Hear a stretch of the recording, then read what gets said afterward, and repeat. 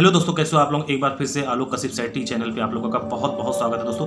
उम्मीद करता हूँ आप लोग बहुत ही अच्छे होंगे दोस्तों। एक बार मैं फिर से आप लोगों के बीच नई कहानी लेके आऊँ दोस्तों, जो कि एक सच्ची घटना है दोस्तों। चलिए दोस्तों, कहानी की शुरुआत करते हैं दोस्तों। बात है ये 25 जनवरी 2006 लंदन की, जब लंदन पुलिस एक घर में दोस्तों दाखिल होती है। दरवाजा खोलने के बाद जब वो पुलिस वाले कमरे के अंदर गए, तब उन्होंने कुछ ऐसा देखा दोस्तों कि दिल दहल जाने वाला था दोस्तों। ये कहानी एक लड़की की है जो बहुत ही सुंदर थी दोस्तों, और वो लंदन में रहती थी। और दोस्तों, नारी सशक्तिकरण की मिसाल भी वो थी। लेकिन दोस्तों, ऐसा फिर क्या हुआ कि वो सुंदर लड़की धीरे धीरे सबकी नजरों से खो गई।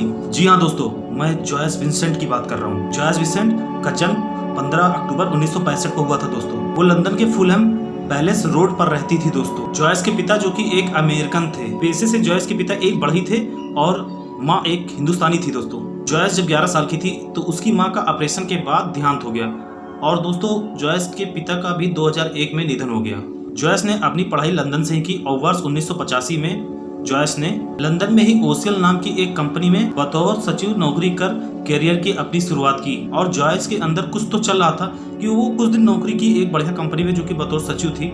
उसने कुछ दिन नौकरी करने के बाद वो नौकरी छोड़ दी और जॉयस ने एक होटल में बतौर क्लीनर की नौकरी भी की दोस्तों। और फिर पता नहीं क्या जॉयस को हुआ कि कुछ दिन बाद सभी से रिश्ते छोड़ने लगी और वो बिल्कुल गायब हो गई। कहा यह भी जाता है कि जॉयस घरेलू हिंसा की शिकार थी।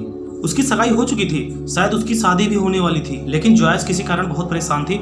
उसने खुद को अपने घर में एक 4 दीवारी में अपने आप को बंद कर लिया। जब जॉयस ने अपने आप को घर में कैद कर लिया था दोस्तों, तो 3 साल तक किसी से न मिली और न किसी ने उसको देखा।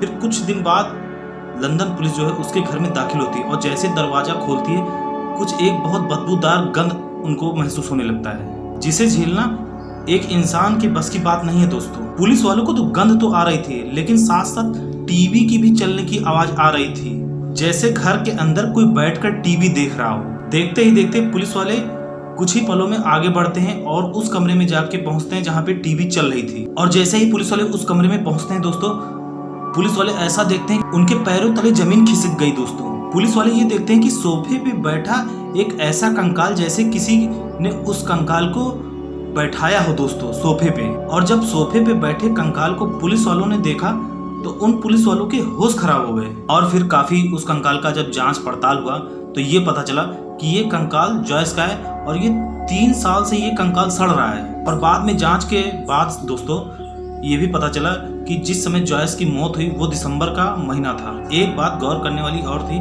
कि उस कंकाल के आसपास पड़े सोफे के पास कुछ ऐसे संकेत दे रहे थे कि जॉयस किसी को कुछ देना चाहती थी, और फिर शायद वो कुछ दे नहीं पाई।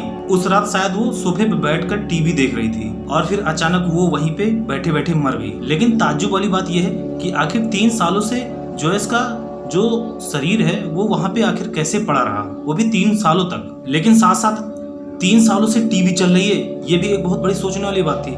लेकिन टीवी आखिर क्यों 3 साल तक चली, आखिर टीवी क्या बीच में बंद नहीं हुई?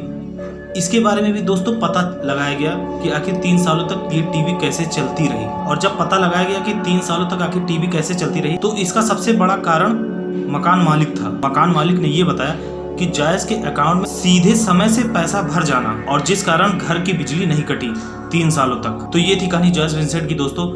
लाइक, कमेंट, शेयर, और जो पहली बार हमारे यूट्यूब चैनल पे आए हैं दोस्तों वो सब्सक्राइब जरूर करिए दोस्तों। चलिए मिलते हैं अगली नई कहानी में, तब तक के लिए दोस्तों बाय।